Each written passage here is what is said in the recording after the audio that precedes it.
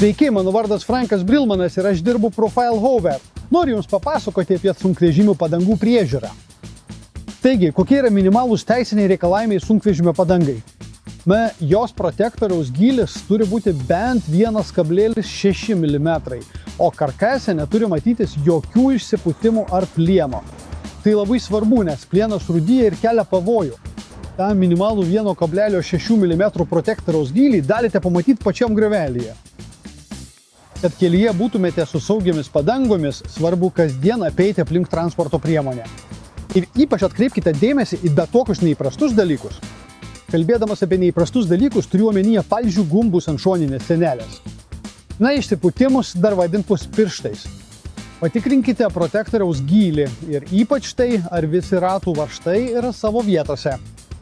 Išmintinga būtų kas savaitę, kai apžiūrite transporto priemonę, patikrinti ir oro slėgį padangose.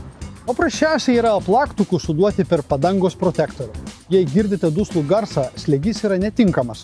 Jei girdite skambesį, vadinasi, slėgio pakanka. Abejojate dėl slėgio padangose ir norite jį patikrinti? Darykite tai tik dirbtuvėse. Tikrindami taip pat pažiūrėkite, ar ant ratlankio nėra rūdžių žymių. Rūdžių žymės reiškia, kad rato varžtas gali būti atsilaisvenęs, tad būtinai priverškite veržles. Jei kelyje padangoje pamatote varžtą ar vynę, niekada jų netraukite patys, pirmiausia važiuokite į dirbtuves.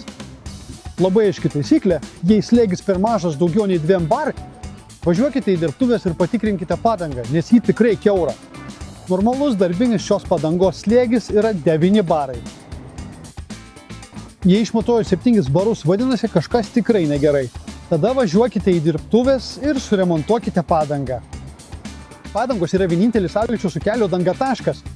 Todėl gera padanga su tinkamu slėgiu yra be galo svarbi jūsų saugumui.